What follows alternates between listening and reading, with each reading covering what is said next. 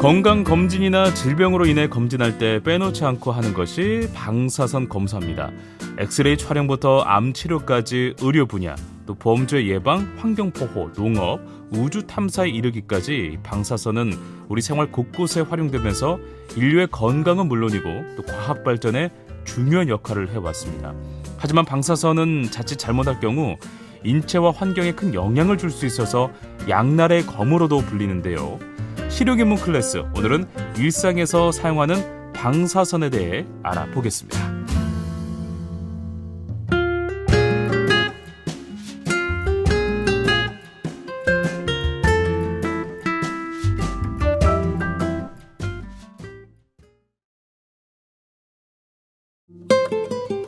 일상에서 실질적으로 쓸모있는 인문학을 쉽고 다양하게 만드는 실용인문 클래스, 방사선 전문가 원광보건대학교 방사선과 김현민 교수님과 함께하겠습니다. 안녕하세요, 교수님. 네, 안녕하세요. 반갑습니다. 네, 반갑습니다. 네, 자, 실용인문 클래스 두 번째 시간입니다. 교수님, 오늘은 어떤 이야기 나눠볼까요? 네, 오늘은 방사선은 눈에 보이거나 네. 냄새가 나지 않고 몸에 와서 부딪히는 느낌이 전혀 알 수가 없는 일종의 아주 미세한 입자이며 빛입니다. 그렇죠. 사람의 감각으로는 전혀 알 수 없죠.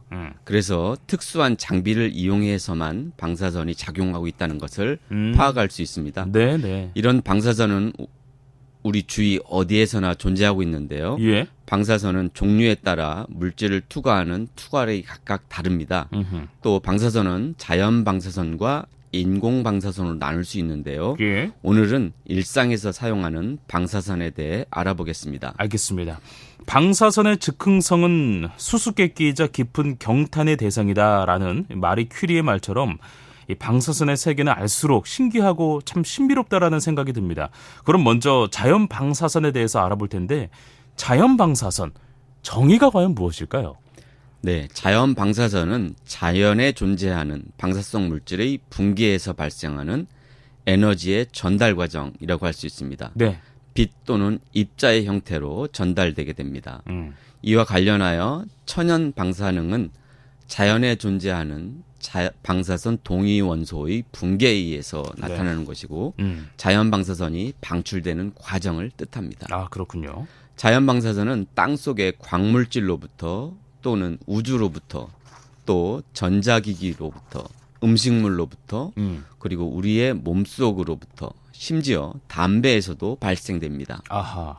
자연 방사선은 방사선을 내는 물질인 우라늄의 매장량이 많고 예. 적음과 그리고 해발 고도의 차이 등에 따라 지역별로 상당한 차이가 있습니다.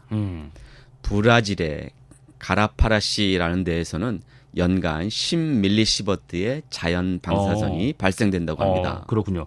자연 방사선 양이 국가 지역별로 상당한 차이가 있다라고 생각이 드는데요.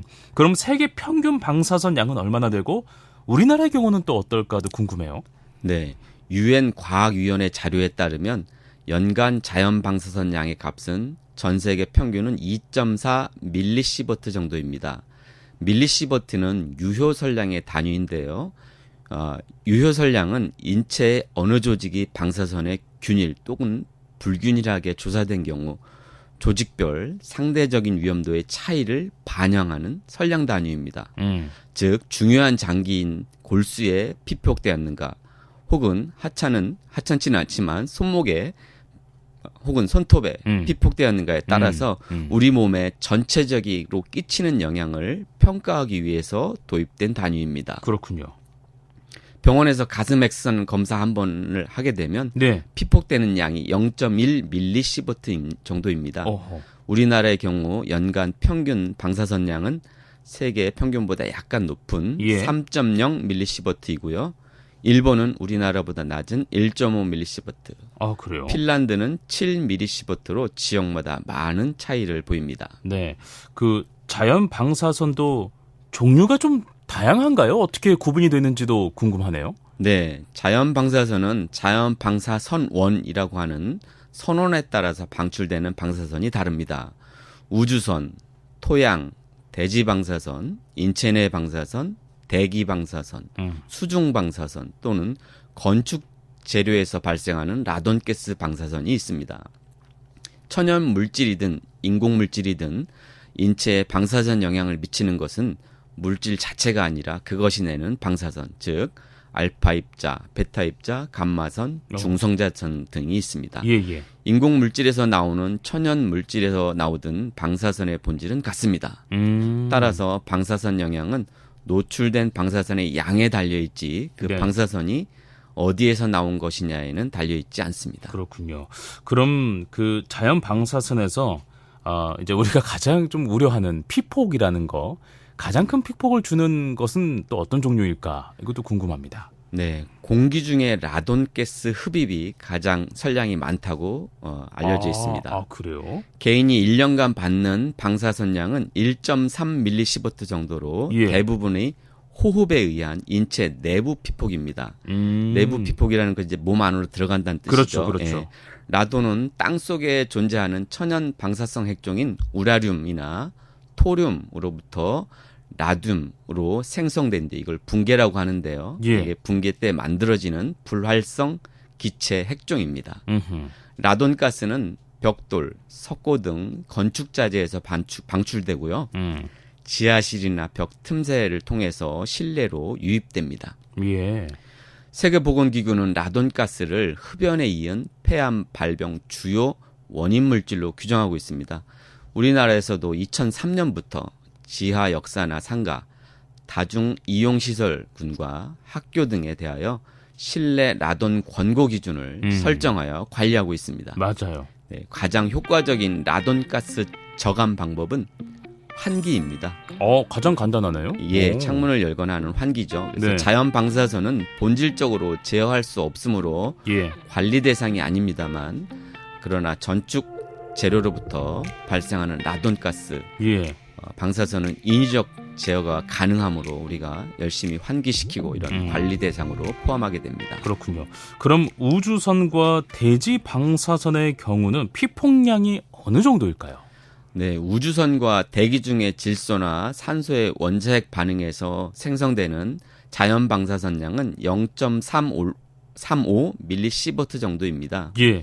모든 방사선 외부 피폭에 대한 방어 방법 중에 하나가 거리 역자승의 법칙이 있습니다.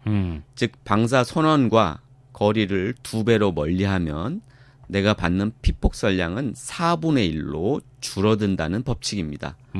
우주선은 고도가 높을수록 공기층이 얇아지니까 예. 차폐 효과가 없어서 우주선이 더 강하게 됩니다. 아, 그렇죠. 네, 항공기 승무원이 뉴욕에서 파리까지 비행하면 0.05mSv를 받습니다. 아하. 대지 방사선은 우라늄과 토륨 계열의 방사성 동위원소가 포함된 화강암과 편모암이 많은 지역에서 많이 발생하며 예. 장소에 따라 편차가 큽니다. 음. 우리나라의 광화문 광장은 시간당 0.14 마이크로시버트로 평범한 수준이라고 하고요. 예. 충주의 어뢰산은 시간당 최대 3.2 마이크로시버트 정도였다고 합니다. 네. 하지만 역시 적은 양으로서 관리할 필요가 없는 수치입니다. 이 정도는 이제 괜찮은 거군요. 우리나라 자연 방사선 양, 전주의 방사선 양도 계측이 되나요? 어떻습니까? 네, 그렇습니다. 국가환경 방사선 자동 감시망이라고 하는 예. IER 넷에 가시면 우리나라 전국토 자연 방사선 양을 전국 1328개소에서 예. 실시간으로 계측한 값을 제공하고 있습니다. 어제 전주의 계측값을 찾아보니까요. 시간당 0.1mSv였고 지난 6년간 큰 변화가 없는 값이었습니다. 실제 방사선량을 값이 증가하는 경우에 경보가 울리도록 설정이 되어 있어서 예. 경보를 발령하게 운영되고 있습니다. 예, 알겠습니다. 자연 방사선에 대해서 저희가 알아봤고요. 이번에는 인공 방사선은 우리가 어떠할지 좀 알아보겠습니다. 자, 인공 방사선은 무엇을 얘기하는 걸까요? 인공 방사선은 인위적으로 생성된 방사선입니다. 의료 방사선이나 사람용 조사장치, 핵실험, 원자력 발전에 의한 원전 유출물에 의해 발생하는 방사선을 인공 방사선이라고 합니다. 예. 의학 분야에서는 방사선 치료를 위해 인공 방사선을 사용합니다. 이는 암세포를 파괴하거나 성장을 억제하는 등의 효과를 가지고 있습니다.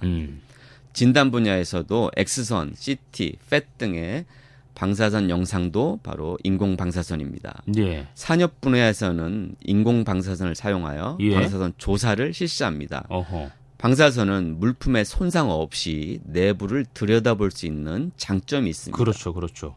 인공 방사선 중에 원자력 발전은 인체나 환경에 미치는 영향이 또 크지 않을까 싶은데요. 이런 것 때문에 좀 우려가 많이 돼요. 네, 맞습니다. 원자력 발전은 우라늄이 핵 분열할 때 발생하는 열로 물을 끓여서 증기를 만들고 이 증기로 터빈과 발전기를 돌려 전기를 생산하는 방식입니다. 예. 원자력 에너지를 이용하는 과정에서 방사성 폐기물이 발생하는데요. 이 방사선 폐기물이 방사선을 방출하기 때문에 음흠. 인공 방사선 중에서 인체 및 환경에 심각한 위해를 끼칠 가능성이 가장 높다고 할 수 있습니다. 그렇죠. 그러나 이 전기 생산의 경제성도 높기 때문에 원자력 에너지 이용의 장단점에 대한 논쟁은 끊임없이 계속되고 있습니다. 맞아요. 인공 방사선은 사람이나 동물에게 유해한 영향을 줄 수 있기 때문에 예. 안전한 사용이 중요합니다.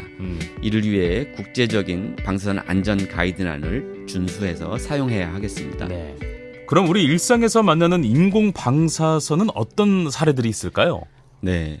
흔히 접하는 사례를 몇 가지 설명드리겠습니다. 예. 방사선 게이지, 방사선 비파괴 검사, 추적자 이용, 방사선 조사 식품, 그리고 의료기 멸균, 공업적 이용 등이 있습니다. 네. 일상생활에서 가까이 있는 연기 감지기는 방사성 물질을 이용합니다. 이온화식 연기 감지기는 충전 전극 사이에 방사성 물질을 삽입시켜 이온화된 공기가 전자를 운반해 전류를 흐르도록 회로가 구성되어 있습니다. 예. 화재가 발생하면 연기가 충전 전극 사이로 들어와서 이온화된 공기와 결합해 평상시에 흐르던 전류보다 적은 전류가 흐르게 되고 이런 변화량에 의해서 작동하도록 구성되어 있습니다. 방사성 물질은 아메리슘이라는 것을 0.3 마이크로그램 정도 소량 사용하는데요. 예. 이게 알파선 방출 핵종이지만 이 기기 밖으로 투과하지 못하기 때문에 안전합니다. 교수님, 얼마 전에 그 우주 발사체 누리호가 성공적으로 발사가 됐어요. 그 우주 발사체 뉴스 중에 원자력 전지 언급을 하던데 원자력 전지는 무엇을 말을 하는 걸까요? 네, 원자력 전지는 방사성 동위원소가 붕괴하면서 방출하는 방사선 에너지를 전력으로 변환해서 사용하는 전지입니다. 예로 맥박이 너무 느려서 발생하는 서맥형 부정맥 치료에 영구형 심장 박동기, 이걸 심박조율기 혹은 피스메이커라고 하는데요. 예. 이걸 이식하게 된 치료입니다.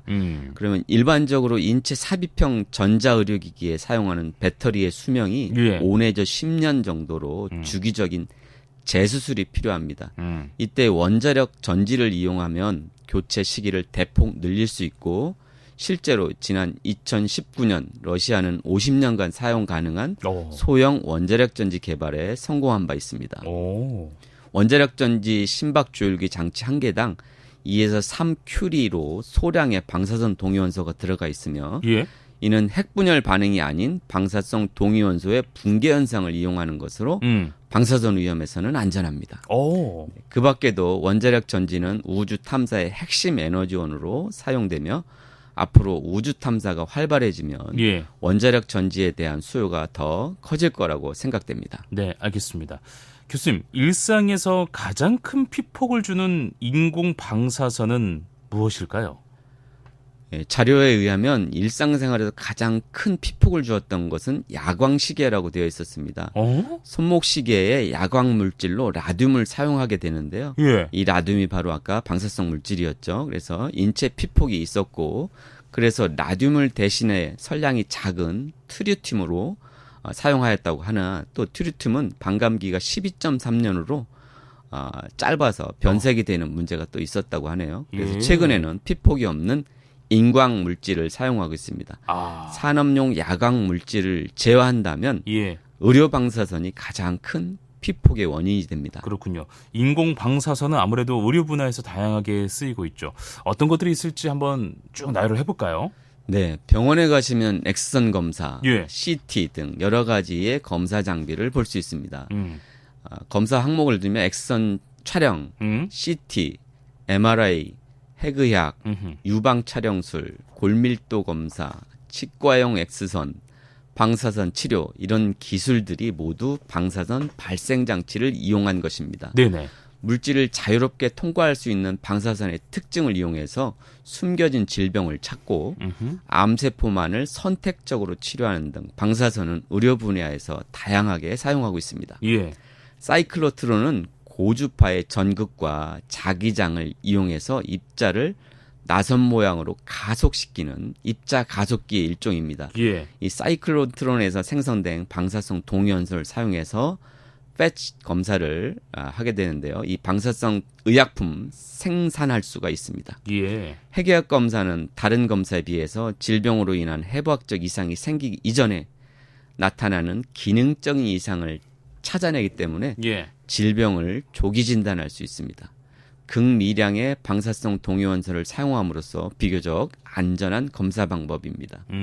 하지만 이 건강검진을 목적으로 하는 패시티 검사는 예. 자주 하기보다는 의사와 상의하시는 게 좋겠습니다. 맞습니다. 방사선을 이용해서 멸균 처리도 한다고 들은 바 있어요. 맞는 이야기일까요? 네, 맞습니다. 방사선을 이용해 멸균 처리에 이용하고 있습니다. 특히 의료기기에 대한 살균, 멸균 처리는 병원 내 감염을 예방하는 매우 중요한 일입니다. 방사선은 원자나 분자를 이온화할 수 있는 충분한 에너지를 갖고 있으며 이온화의 결과로 하전된 입자와 자유 라디컬의 생성을 하게 됩니다. 이 자유 라디컬이라는 것은 세포에 손상을 줄 수 있고요. 세포 손상은 DNA 구조가 파괴된다는 뜻입니다. 결국 세포가 갖고 있는 조절 메커니즘이 작용하는 세포의 DNA에 손상을 가해지면 세포는 제대로 기능을 하지 못하거나 네네. 재생산할 수 없어 결국 복제가 되지 않기 때문에 세포가 사멸하게 됩니다. 하하. 깨끗하게 세척한 의료기구, 뭐 우리가 예를 들면 뭐 약물 용기, 예. 스폰지, 붕대, 거즈, 실험기구, 카테타, 주사기, 그다음에 수술실에 사용하는 모든 것들은 다 기밀 구조로 밀봉한 뒤에 감마선이나 고에너지 전자선 등의 방사선을 조사해서 의료기기들을 살균합니다. 의료기기들은 기밀 구조로 밀봉되어 있기 때문에 사용할 때 개봉하기 전까지는 무균 상태가 유지됩니다. 네. 농업 분야에서 인공 방사선이 또 활용이 되고 있다라고 들었습니다. 어떻게 응용되고 있을까요? 네, 농업 분야에서도 방사선은 좀 다양하게 사용되고 있습니다. 네. 생명공학 기술로 융합된 방사선 돌연변이 육종 기술이 대표적인 활용 분야입니다. 네네. 방사선 돌연변이 육종 기술은 식물의 종자나 묘목에 방사선을 쬐었을 때 일어나는 돌연변이 과정을 이용해서 품종을 개량하거나 새로운 품종을 만들어내는 기술입니다. 예. 벼, 보리, 콩, 참깨 이런 등을 이용해서 방사선 병충해에 강하고 예. 또 수확량이 많은 신품종을 개발하거나 보급합니다. 자연 상태에서는 드물게 일어나는 돌연변이의 발생 빈도를 방사선으로 자극을 통해서 높여주게 되면 육종 기술이 되는데요. 외래 유전자를 집어넣는 유전자 돌연변이 변형 기술, 흔히 GMO라고 알려져 있는데 예. 이 GMO와는 달리 안전성이 입증돼 전 세계적으로 많이 사용하고 있습니다. 네네. 식량 작물이나 화해류 혹은 과수료, 신품종 개발에 활발하게 이용되고 있습니다. 네. 또 해충의 방사선 조사를 하게 되면 불임화 처리로 해충을 박멸할 수 있습니다. 여기서 가까운 정읍의 한국원자력연구원 첨단 방사선 연구소에 네. 방사선 육종 센터가 있습니다. 어허. 견학도 할 수 있는 이런 프로그램들이 있으니까 한번 그렇군요. 관심을 가져보시면 좋겠습니다. 네. 공업 분야에서도 인공 방사선이 어떻게 활용이 되고 있을까요? 네, 공업 분야에서도 아주 다양하게 이용됩니다. 예. 물질에 의한 방사선의 흡수 또는 산란 현상을 이용해서 물질의 두께나 밀도 등을 측정할 수 있습니다. 또한 방사성 동위원소를 추적자로 하면 흐르는 유체에 동위원소를 투입하고 투입 후의 경과 시간에 따라서 방사능의 세기를 측정함으로써 유체의 패턴과 유속을 계산할 수가 있게 됩니다. 네. 또 목적에 따라서 방사선의 종류와 에너지가 적당한 것을 선택하면 주로 베타선이나 감마선을 내는 방사물질을 많이 이용하게 됩니다. 비접촉, 비파괴, 연속적인 측정이 가능하기 때문에 예. 생산 공정의 자동화에 응용할 수 있습니다. 네, 물체의 내부 결함을 조사하거나 구조물 등을 검사하는 비파괴 검사에서도 방사선을 이용합니다. 오, 네. 엑스선으로 우리 뼈의 골절을 찾듯이 네. 결함이 있는 부분을 통과시켜서 방사선 사진을 얻게 됩니다. 아, 이렇게 또 이런 식으로 또 활용하는구나. 네, 그 항공기 내부 결함, 오. 날개를 많이 촬영한다고 돼 있고요. 아. 우리 공항에 가시면 여행 가방 검색하는 것도 방사선입니다. 아, 네. 그것도 방사선이구나. 네. 아, 또 네. 이제 용접한 연결 부위를 결함, 손실 등을 검사하는 데 주로 방사선 투과 검사를 이용합니다. 네, 알겠습니다. 교수님, 다음은 우리가 식품 분야에서 인공 방사선이 어떻게 활용되는지를 좀 알고 싶어요. 식품 분야에서도 충분히 활용되고 있겠죠? 네, 식품 조사는 식품의 적절한 보존 및 저장을 통해 식품 손실을 최대한 억제하기 위한 것입니다. 예. 감자나 양파에 조사하면 싹이 나지 않아서 발화가 억제돼서 저장을 오래 할 수 있고요. 또 저장 중에 해충 구제, 예. 미생물 멸균, 그리고 버섯이나 바나나 등의 숙도 조절에도 사용합니다. 유엔 식량농업기구, 국제원자력기구, 그리고 세계보건기구라고 하는 등에서 식품 조사에 문제가 없다는 결론을 오래전에 내렸습니다. 예. 전 세계 52개국 250여 품목에 대해서 방사선 조사가 허가되어 있습니다. 우리나라 식품의약안전청에서도 26가지에 대해서 방사선 조사를 허가하고 있습니다. 예. 포털 사이트에 방사선 조사식품 로고라고 검색하시면 예. 이 표가 나옵니다. 어허. 라두라라고 하는 방사선 식품이 처리되었음을 표시하는 국제 기호를 볼 수 있습니다. 아, 이런 것도 좀 확인하면 좋겠다. 네. 네, 라두라는 일반적으로 녹색이며 원 안에 식물과 비슷하게 그려져 있습니다. 원쪽 위는 절반은 파선입니다. 예. 그래픽 세부 정보와 색상은 국가마다 조금 다릅니다. 예. 라두라는 단어의 자체에서 라디에이션이라는 단어의 첫 글자와 하드, 레스팅이라는 오래 보관, 딱딱하게 이런 뜻이 포함되어 있는 결합한 용어입니다. 그럼 교수님, 네. 저는 이제 들으면서 생각하는 게 식품에 뭐 인공 방사선 이용하면 뭐 좋을 수도 있지만 먹으면 이거 또 피폭되는 거 아닌가라는 또 걱정이 있어요. 그렇지 않습니다. 방사선 조사 식품이란 말에 이들 식품 섭취 때는 방사선 노출을 걱정하실 수 있지만 사실 네. 아닙니다. 방사선 조사 식품에는 방사성 물질이 없습니다. 아, 그래요? 네, 방사성 물질에 오염된 식품하고는 좀 구별해야 되겠습니다. 그래서 방사선 물질에 오염된 식품은 섭취하면 체내에 축적되므로 그렇지. 멀리해야 됩니다. 맞아요. 하지만 방사선 조사 식품은 안전합니다. 이 시간을 통해서 두 가지를 구별하시면 좋겠습니다. 네. 그 밖에 또 인공 방사성 활용 분야와 예가 있을까요? 네, 물질의 성분을 분석할 수 있는 방사화학 분석에도 사용할 수 있습니다. 물질 내 원소들이 중성자를 흡수하여 원자핵의 에너지 상태가 불안정하면 감마선 에너지를 방출하면서 안정된 동위원소가 되는데요. 예. 이때 방출하는 감마선 에너지의 스펙트럼을 측정하면 물질이 어떤 것인지, 어떤 원소인지 비파괴 방법으로 규명하는데 방사선을 이용할 수 있습니다. 이는 방사화된 원소에 따라 방출하는 감마선의 에너지가 특정 값으로 나타내므로 이 특정 값의 감마선의 에너지가 검출되면 해당하는 원소를 알 수 있는 거죠. 예. 식물이나 식품 속에 어떤 물질이 얼마나 들어있는지 조사할 때도 예. 방사성 동위원소를 추적자로서 이용하면 시료 속의 이온이나 화학 물질의 분포를 방사성 동위원소 분포 영상을 얻게 되는데 이러한 방법을 오토 레디오그라피라고 합니다. 그 외에 방사선을 이용해서 화합물을 분해하고 살균할 수 있어서 공기 중 오염 물질 제거하든가 예. 혹은 폐수 처리 등 환경 분야에서도 활용하고 있습니다. 우리 일상에서 만나는 자연 방사선과 인공 방사선에 대해서 알아봤습니다. 자연 방사선과 인공 방사선의 특성은 다른가요? 그리고 또 각자가 또 우리 인체에게 어떤 영향을 주는지도 궁금해요.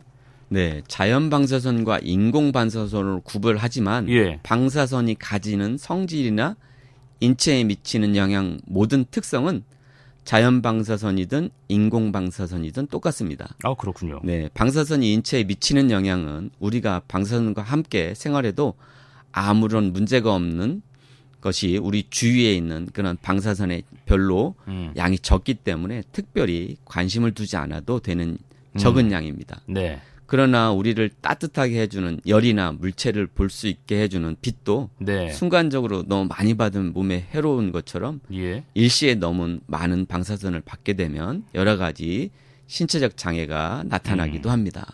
일상에서 방사선 기술에 의존하며 살아가고 있는데요. 말씀하셨듯이 방사선의 이로운 점도 있지만 해로운 점도 있죠. 그래서 이 방사선을 양날의 검이라고 하는데 일상에서의 방사선 이로운 점과 해로운 점을 정리를 해 주신다면요.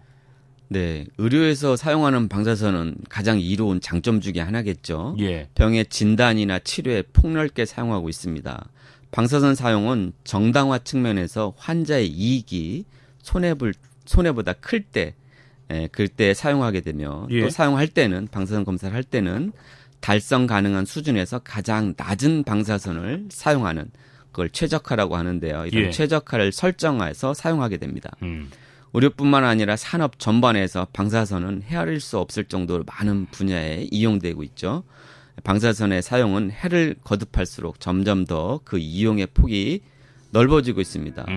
우리가 방사선을 얼마나 활용하는 것은 네. 우리가 얼마나 선진 과학 및 문화생활을 누릴 수 있느냐 하는 것과 직결되는 부분이 있는 만큼 예. 방사선에 대한 균형 잡힌 시각이 필요합니다. 그렇군요. 정부에서도 국민들의 균형 잡힌 시각을 가질 수 있도록 보다 정확한 정보를 공개하고 소통하도록 노력해 주시기를 기대합니다. 네.